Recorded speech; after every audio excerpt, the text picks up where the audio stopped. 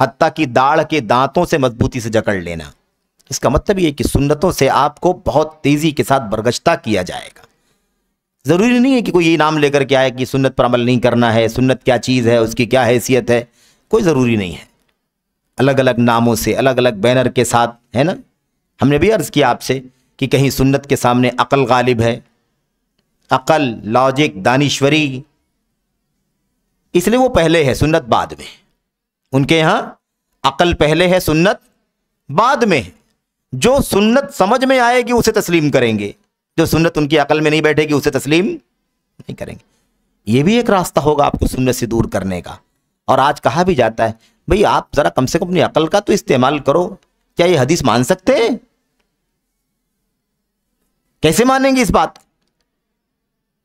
تو اب ٹکراؤ، اپنی عقل کے مقابلے میں کس کو کھڑا کرنا؟ سنت کے مقابلے میں کس کو کھڑا کرنا؟ اپنی عقل کو کھڑا کرنا۔ اور کہیں یہ کہنا کہ بھائی ٹھیک ہے، حدیث ہے، سنت ہے، ہمارا یقین ہے، لیکن ہمارے بڑے بڑے ائمہ نے جن کو امت کے اندر امامت کا مقام حاصل ہے، کیا ان سے زیادہ ہم سنت کو سمجھ سکتے ہیں؟ بھئی ہم سے زیادہ وہ سمجھتے تھے کہ نہیں سمجھتے تھے؟ تو اب ہمیں اس میں نہیں پڑھنے کی ضرورت ہے کہ یہ سنت ہے، اس کو پکڑو۔ ہمارے لیے اتنا کافی ہے کہ ہمارے بڑے بڑے ائمہ اربعہ نے خاص طور پر، اور بقیہ اور بھی ائمہ نے، خاص طور پر ائمہ اربعہ نے، یہ حدیثیں جن کی بات آپ کر رہے ہو، ان لوگوں نے پڑھا ہے، سنا ہے، دیکھا ہے، پڑھایا ہے، ان سے زیادہ ہم سنت کو جاننے والے نہیں ہو سکتے۔ ایسے بھی سنت کو چھوڑنے کی نوبت آ سکتی۔ اس لیے کیا فرمایا؟ مضبوطی سے پکڑو، حتیٰ کہ اسے دانتوں کے نیچے اچھی طرح سے دبا لو، تاکہ کوئی کسی بھی طریقے سے آپ کو سنت سے دور کرنے کی کوشش کرنا چاہے تو کامیاب نہ ہو سکے۔ سمجھ رہے ہیں نا؟ سنت کے مقابلے بہت ساری چیزیں آتی ہیں، ہوس آتی ہے، خواہشات نفساتی خواہشات نفسانی آتی ہیں، اور ساری بدعتیں، جتنی بدعتیں، ساری کی ساری بدعتیں سنت کے اپوز میں ہے کہ نہیں؟ سنت کے اپوز میں۔ یہ ساری چیزیں خاص طور پر یاد رکھنا ہے۔ نبی کریم صلی اللہ علیہ وسلم نے جو فرمایا کہ میری سنت کو لازم پکڑو، اس کا معنی یہ ہے کہ میرے اس راہ پر چلو، میری اس راہ پر چلو جس راہ پر میں ہوں، جس کی میں نے تمہارے سامنے کھول کھول کر وضاحت کر دی ہے، جسے میں نے تفصیل سے تمہارے سامنے بیان کر دیا ہے، خواہ وہ میری سنت عقیدے سے تعلق رکھتی ہو، یا خواہ وہ میری سنت عمل سے تعلق رکھتی ہو، خواہ وہ میری سنت واجب کی حیثیت رکھتی ہو، یا خواہ وہ میری سنت اور میرا طریقہ سنت یعنی مستحب سے تعلق رکھتا ہو، مندوب سے تعلق رکھتا ہو۔ یہ معنی ہے علیکم بسنتی کا۔ یہ معنی کس کا ہے؟ میری سنت کو لازم پکڑو، چاہے اس سنت کا تعلق عقیدے سے ہو، یا اس کا تعلق عمل سے ہو، چاہے اس کا تعلق فرض سے ہو، چاہے اس کا تعلق مستحب اور مندوب سے ہو۔ ہر طرح سے میری سنت کو اپنی زندگی میں نافذ کرو۔ اور مجھے یاد آتا ہے غالباً حضرت عبداللہ ابن عباس رضی اللہ تعالیٰ عنہ کا جملہ ہے کہ ویسے عبادت کرو جیسے نبی کے صحابہ نے عبادت کی ہے، یہ نہ کہو کہ یہ سنت ہے، یہ فرض ہے۔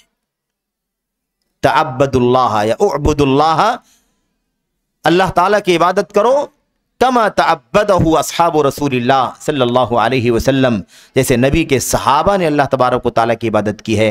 ولا تقولوا ھذا سنہ وھذا فرض، یہ نہ کہو کہ یہ سنت ہے، یہ فرض ہے۔ یہ تفریق کرو ہی مت، جو بھی نبی کا طریقہ ہے اس پر عمل کرو، اور جیسے اللہ کے نبی کے صحابہ نے، میرے بھائیوں، جیسے اللہ کے نبی کے صحابہ نے اللہ کی عبادت کی، ایسے ہر طرح کی عبادت کرو۔ یہ نہ کہو کہ سنت ہے اسے کرنا چاہیے اور اسے سنت ہے اسے نہیں کرنا چاہیے۔ آج ایک مسئلہ یہ آ گیا ہے، ہماری سنت سے دوری کا عالم یہ ہے کہ ہم لوگ کسی چیز کے بارے میں کہتے ہیں کہ یہ سنت ہے، یعنی اگر کوئی کہے کہ آپ اس پر عمل کیوں نہیں کرتے، تو ہم لوگ کیا کہتے ہیں؟ بھائی سنت ہے، یہ فرض تھوڑی نہ ہے۔ کیا ہے یہ سنت ہے، فرض نہیں ہے۔ یہ کہہ کر کے ہم اس پر عمل کرنے سے اپنے آپ کو دور کر لیتے ہیں۔ ہمارا رویہ عام طور پر یہ ہے کہ ہم سنت پر عمل نہیں کرتے ہیں اس لیے کہ وہ سنت ہے، جبکہ ہمارے اسلاف کا طریقہ یہ تھا کہ وہ سنت پر عمل کرتے تھے اس لیے کہ وہ سنت ہے۔ سنت ہونے کی وجہ سے ہمارے اسلاف کیا کرتے تھے؟ سنت پر عمل کرتے تھے، اور ہم سنت پر عمل نہیں کرتے اس لیے کہ وہ سنت ہے۔ فرق سمجھ رہے ہیں کہ نہیں سمجھ رہے ہیں؟ ہمارے نزدیک سنت کی حیثیت یہ ہے، اور ہمارے اسلاف کے ہاں سنت کی حیثیت یہ تھی سنت ہونے کی وجہ سے وہ عمل کرتے تھے اس پر، اور ہم سنت ہونے کی وجہ سے اس پر عمل نہیں کرتے، ہمارا طریقہ بن چکا ہے۔ بہرحال اس کے بعد یہاں پر کچھ باتیں اور بھی ذکر کی گئی ہیں کہ مثال کے طور پر سنت کی جو اصطلاح ایک اصولیوں کے یہاں ہے، اصول فقہ والوں کے یہاں سنت کی ایک الگ اصطلاح ہے جو فرض اور واجب کے مقابلے میں ہے۔ سنت ہے یعنی وہ فرض نہیں ہے، واجب نہیں ہے، بلکہ سنت ہے، اس کا درجہ یہ ہے۔ اصطلاح کس کے یہاں؟ اصولیوں کے یہاں، اصول فقہ کے علماء کے یہاں۔ یعنی جو چیز مطلوب ہو لیکن بالکل پکے طور پر مطلوب نہ ہو، پریشر کے ساتھ اس کو آپ سے نہیں مانگا گیا ہو، ڈیمانڈ نہیں کیا گیا ہو، بس کرو لیکن پریشر نہیں ہے، نہیں بھی کرے تو کوئی بات، اس معنی میں اصول فقہ میں سنت کا معنی لیا جاتا ہے۔ تو شیخ کہتے ہیں، شیخ عبدالسلام برجس کہتے ہیں یہ اصطلاح ایک طاری ہے۔ طاری اصطلاح کسے کہتے ہیں؟ یعنی ایک اصطلاح ہے جو بعد میں نکلی ہے۔ اصل اصطلاح جو نبی کی سنت کی اصطلاح ہے، اس کے اندر فرض، واجب اور ہر حیثیت کی سنت کو ایک مومن کو چاہیے کہ وہ اپنی زندگی میں اس پر عمل کرے، اسے نافذ کرے۔ اس معنی میں وہ سنت نہیں ہے نبی کریم صلی اللہ علیہ وسلم کی کہ یہ فرض ہے اس لیے کرنا ہے اور یہ سنت ہے اس لیے نہیں کرنا ہے، بلکہ سنت بمعنی طریقہ رسول، اسوہ رسول، رسول کا آئیڈیل، رسول کا راستہ، رسول کی زندگی، جیسے آپ کرتے تھے، چلتے تھے، کرتے تھے، ویسے آپ کو بھی کرنا ہے۔ اس کی حیثیت کچھ بھی ہو آپ کو کرنا ہے، اس کا تعلق عقیدے سے ہو، اس کا تعلق عمل سے، اس کا تعلق فرض ہو، اس کا تعلق غیر فرض ہو، اس کی کوئی تفریق نہیں۔ لیکن اصولوں کے ہاں جو بات آئی ہے کہ فرض کے مقابلے میں سنت کا استعمال ہوتا ہے، یہ اصطلاح بعد میں آنے والی اصطلاح ہے۔ طارئ کا مطلب کیا ہوتا ہے؟ بعد میں آ جانے والی۔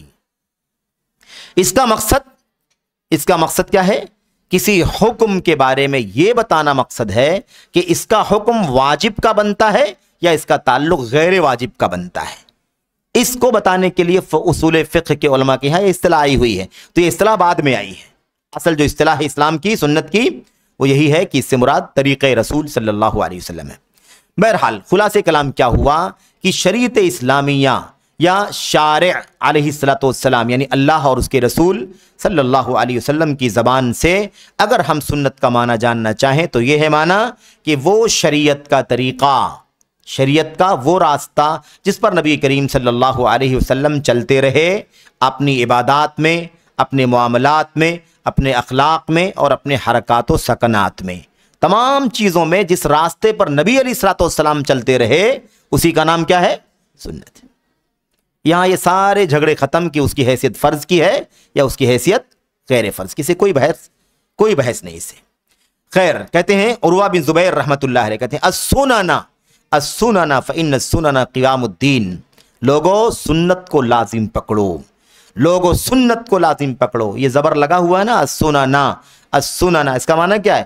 الزم السنن، الزم السنن، سنتوں کو لازم پکڑو، سنتوں کو لازم پکڑو۔ فإن السنن قوام الدین، کیونکہ سنتیں دین کی بنیاد ہیں، دین کے پلر ہیں، دین کے ستون ہیں، اس لیے سنتوں کو لازم پکڑو۔ بہرحال ابن عمر رضی اللہ تعالیٰ عنہ کے بارے میں آتا ہے کہ وہ نبی کریم صلی اللہ علیہ وسلم کے تمام احکام کی پیروی کرتے تھے، پیچھے پیچھے چلتے، جتنی باتوں کا آپ نے حکم دیا اس کے پیچھے چلتے تھے، آپ کے جتنے آثار ہیں اس کے پیچھے چلتے تھے۔ یعنی مثال کے طور پر کہیں راستے سے آپ اللہ کے نبی گزرے، کہیں آپ راستے میں سواری سے اترے، آپ نے استنجا کرنے کے لیے ہے نا کسی رخ پر آپ گئے اور وہاں آپ نے بیٹھ کر کے استنجا کیا، پھر آپ بیٹھے اٹھے اور اپنی سواری پر بیٹھ کر آگے چلے گئے، اس کو کہتے ہیں آثار، ہے نا۔ مثال کے طور پر یا کہیں آپ نے ایسی سواری کو روک دیا تھوڑی دیر کے لیے، آرام پہنچانے کے لیے یا سواری کو راحت پہنچانے کے لیے، پھر اس کے بعد آپ چل پڑے، تو ابن عمر رضی اللہ تعالیٰ عنہما کی سیرت میں آتا ہے کہ وہ ان تمام چیزوں کی بھی پابندی کرتے تھے۔ نہیں ضرورت ہے آپ کو استنجا کی، لیکن اگر کسی جگہ نبی کریم صلی اللہ علیہ وسلم نے کسی سفر میں اپنی سواری کو روکا اور جا کر کے آپ نے استنجا کیا تھا تو یہ بھی وہاں سواری کو روکتے تھے، استنجا کی ضرورت نہیں ہے تب بھی وہاں جا کر تھوڑی دیر بیٹھتے تھے، پھر اٹھ کر کے آ کر کے سواری پر بیٹھ کر کے آگے جایا کرتے۔ اتنا زیادہ ان کے یہاں سنت کا اہتمام پایا جاتا تھا۔ یہاں یہ مطلب آپ لوگوں میں سے کوئی نہ سمجھے کہ ایسا کرنا چاہیے، ایسا کرنے کی ضرورت نہیں ہے، ان کا اپنا اہتمام پایا جاتا تھا، سمجھ رہے ہیں۔ لیکن اس طرح سے آثار کی اس طرح سے پیروی کرنا اس کی کوئی دلیل نہیں ہے، یہ ان کا اپنا شدت اہتمام تھا کہ وہ اس کی بھی پیروی کیا کرتے تھے۔ ورنہ اگر ہمیں سنت کیا لینی ہے اس سے کہ آپ کو ہم کو راہ اپنے سفر میں اپنے راستے میں اگر ضرورت پڑ جائے استنجا کی یا کچھ آرام کرنے کی یا سواری کو آرام پہنچانے کی، تو ہمیں اس سے ایک سبق ملتا ہے اللہ کے نبی کی زندگی سے کہ ہم سواری کو روک دیں اور جا کر کے استنجا سے فارغ ہوں اور اس کے بعد بیٹھ جائیں، یہ سبق ملتا ہے۔ لیکن جہاں جہاں آپ نے کیا ہے وہاں وہاں رکا جائے، یہ چیز ثابت نہیں ہوتی۔ ٹھیک ہے، ان کے یہاں اپنا ایک اہتمام تھا، اسی لیے کہتے ہیں نا کہ اگر مثال کے طور پر کسی ایک صحابی سے اس طرح کی کوئی چیز پائی گئی ہو تو ہمیں یہ دیکھنا ہوگا کہ کیا بقیہ صحابہ کرام کا بھی یہ طریقہ تھا، سمجھ رہے ہیں نا، تب اس کا اعتبار ہو جائے گا۔ ورنہ یہ چیز کیا مانی جائے گی؟ یہ چیز اس معنی میں ہوگی کہ ابن عمر رضی اللہ تعالیٰ عنہ کا اپنا خصوصی اہتمام تھا، وہ اتنی زیادہ نبی کے آثار کی پیروی کرتے تھے کہ جہاں ضرورت نہیں ہے وہاں بھی آپ رکتے تھے، کیونکہ نبی نے رک کر کے وہاں پر استنجا کیا تھا۔ اچھا، اس کے بعد کہتے ہیں، دیکھیے غور سے، کہتے ہیں کہ اتنا اہتمام کرتے تھے کہ یہاں تک کہ ان کے بارے میں لوگوں کو یہ خوف ہو گیا کہ ان کی عقل نہ کہیں متاثر ہو جائے، یعنی ایک دم جنونی انداز، آپ مطلب اچھے معنی میں اگر آپ لیں کہ اتنا فکر مند، اتنی زیادہ توجہ، اتنا زیادہ اہتمام، ایک ایک اثر، ایک ایک نشان، ایک ایک حرکت ہے نا، جہاں جہاں آپ نے کیا، اس کی فکر مندی میں ایسا لگتا تھا کہ ان کی عقل خراب ہو جائے گی۔ اسی لیے ہم نے کہا کہ ایسے آپ سمجھے جیسے ایک آدمی کیا ہوتا ہے، کسی چیز کے پیچھے اتنا زیادہ لگ جاتا ہے کہ جیسے بالکل کھو گیا ہو، یہ صورتحال تھی۔ تو یہ اہتمام تھا، تو ہماری حالت کیا ہے؟ ایسے تو نہ کریں، لیکن اللہ کے نبی کی سنت کا جو صحیح ہے نا، جو ہم کر سکتے ہیں وہ تو کریں کم سے کم۔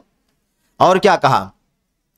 کہتے ہیں امام زہری رحمۃ اللہ علیہ، کان من مضى من علمائنا یقول الاعتصام بالسنت نجاح، کہتے ہیں جو علماء ہمارے گزر چکے ہیں وہ کہا کرتے تھے سنت کو مضبوطی سے پکڑنا ذریعہ نجات ہے، سنت پر مضبوطی سے ٹکے رہنا، جمے رہنا، یہ نجات کا ذریعہ ہے۔